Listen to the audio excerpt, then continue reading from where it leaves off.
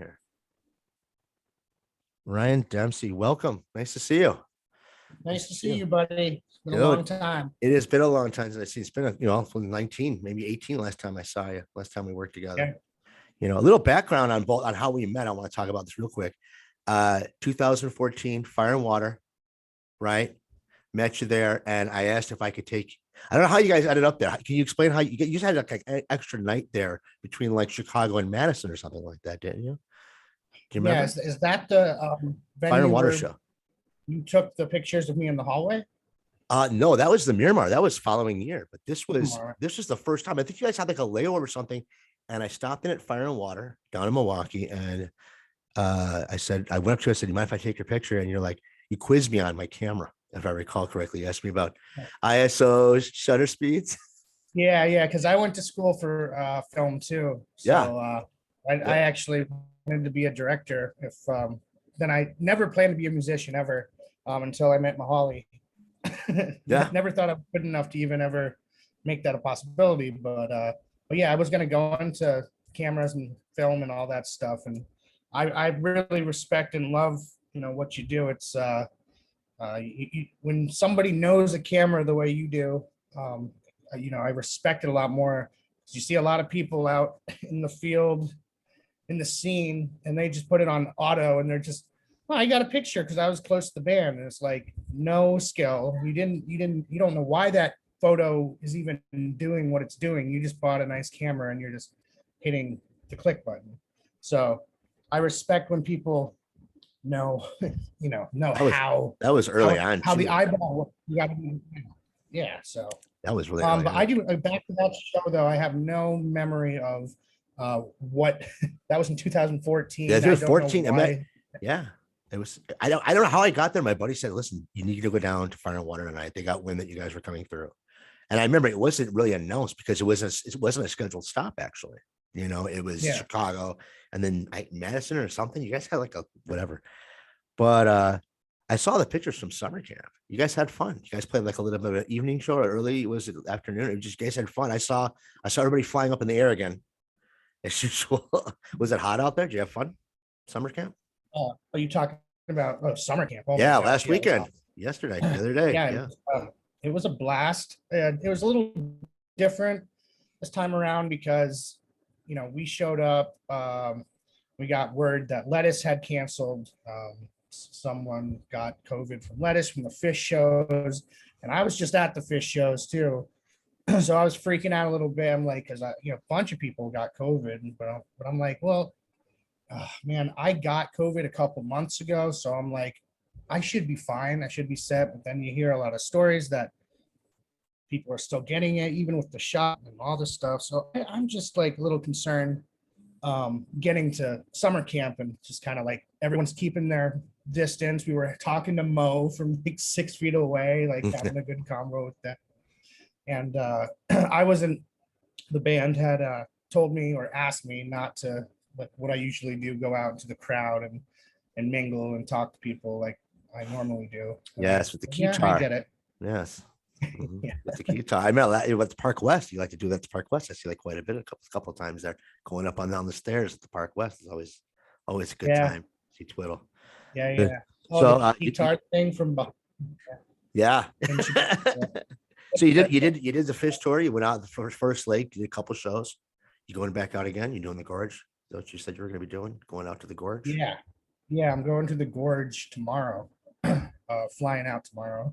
Yeah. And yeah, man, I mean, those first 3 shows blew my mind. And after being without Fish for so long, I'm thirsty. I'm sure. See as many a lot of people are. Like, yeah. Plus, I've been to the Gorge, so I'm excited about seeing what that's like. Cool, man. Excited for you. But Twiddle, you guys have a tour coming up. It's like 40 plus shows. You guys go off in September. Set off first date. I'm impressed by the tour. I was blown away. I looked at it. I kept scrolling. I was like, wow. Big question for you out of my mind is it's a big gamble right now. We know how everything's, a couple bands some people are canceling left and right. We just had, Nine Inch Nails cancel. You said Neil Young pull out of Farm Aid, a couple of things, widespread shutting down the inside shows. I mean, String, right? yeah, string cheese. So is it worth the gamble right now? Are you guys holding off? You think it's gonna, I mean, positive thoughts, right? Positive thoughts. So Always positive thoughts. But I really feel like we got this. We have a well knit crew. We have a well knit system. Our band is very professional, and I'm not saying not a lot. Not to say that this virus is not gonna. You could be as professional as you can. You could go get it at the gas station. I'm not saying like, but if we follow the certain guidelines and being in that bus after the show and not going out, not partying after the show, no going out and signing autographs, just like, yo, no, you're here to play the show. You play it, you get back in the bus and you head to the next, place. And I think it's been working so far. And also mask, man. I mean, now this Delta thing, it sucks, but the masks really helped for the most part when it first started.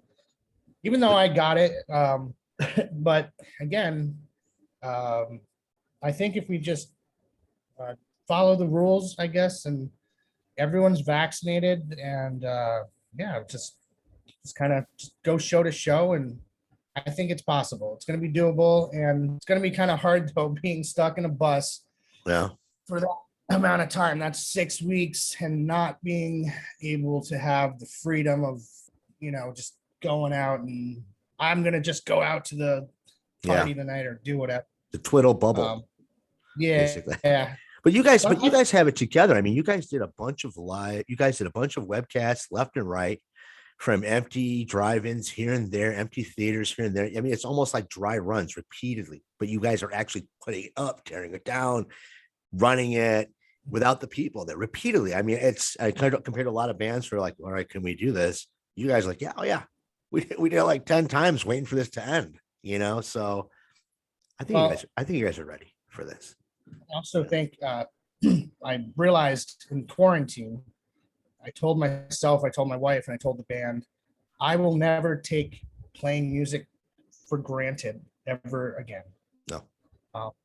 And being stuck in quarantine, not being able to see your boys and play your instruments with them, and just being home alone playing by yourself, like I'm usually sometimes at the end of a tour, you're just like, I am ready to just get away. I'm done. Like, I'm angry. And like every day since we've been back together and playing again, I will never take it for face value, playing music with your boys. Like, so I'm excited for, even it's 40 shows, 6 weeks, like bring it on. Yeah. Because I'm blessed to have my family and my bros like play music with, and I'm very I'm married and happy, and we'll make this work. Even with this virus, we're gonna kick its ass, fuck it up.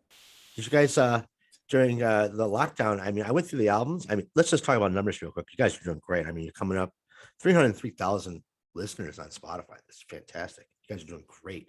You got a handful of studio albums and a bunch of live stuff. Do you plan on going back into the studio at all and maybe putting something together? I mean, it's been years since you guys actually put something out studio wise.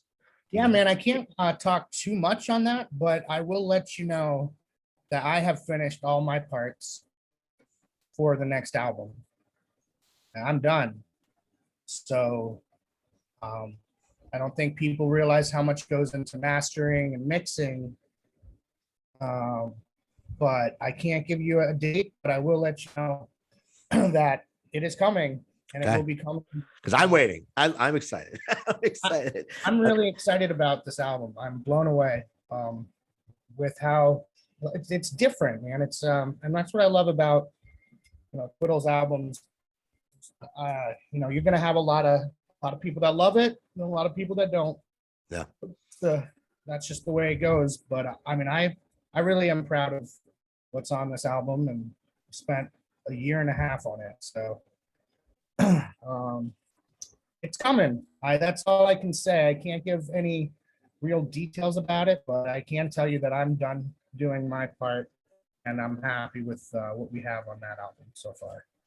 You know, I just burst the bubble of collecting records again, and one of the main albums that burst that bubble again was Herbie Hancock.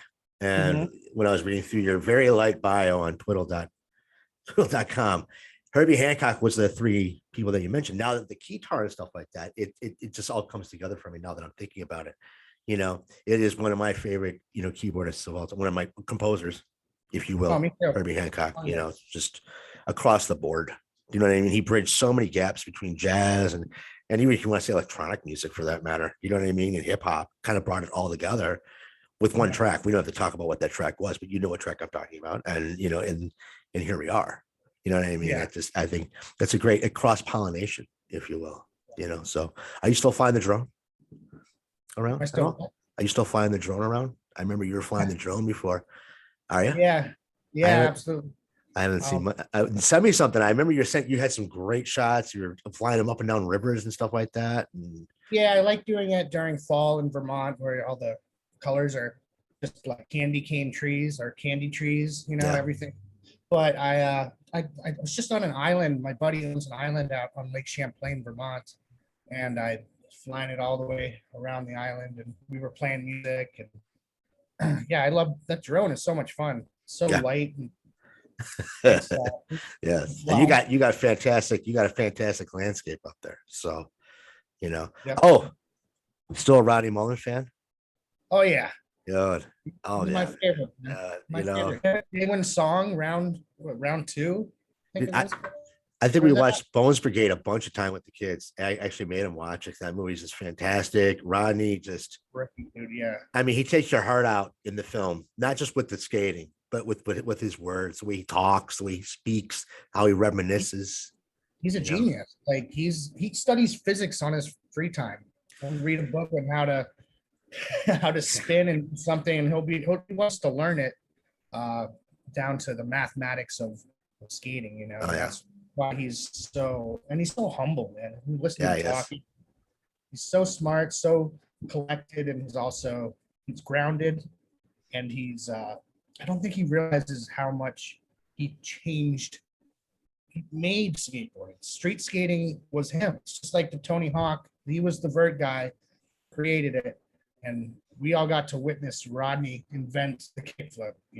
Well, I wasn't alive for that, but in the video, I was there. I remember that. Are you skating? Still skating? Yes, I'm gonna bring my board on the road. I'm so excited. Give you a little bit of an activity, a little bit of workout, and I want to lose some weight on this tour and start working out like Stenik does. Stenik works out for like 3 hours a day on tour, and I look at him and I'm like, "You motherfucker! I hate you. I hate you so much, but I love you. But it's so perfect, and I don't have that kind of commitment. I just don't.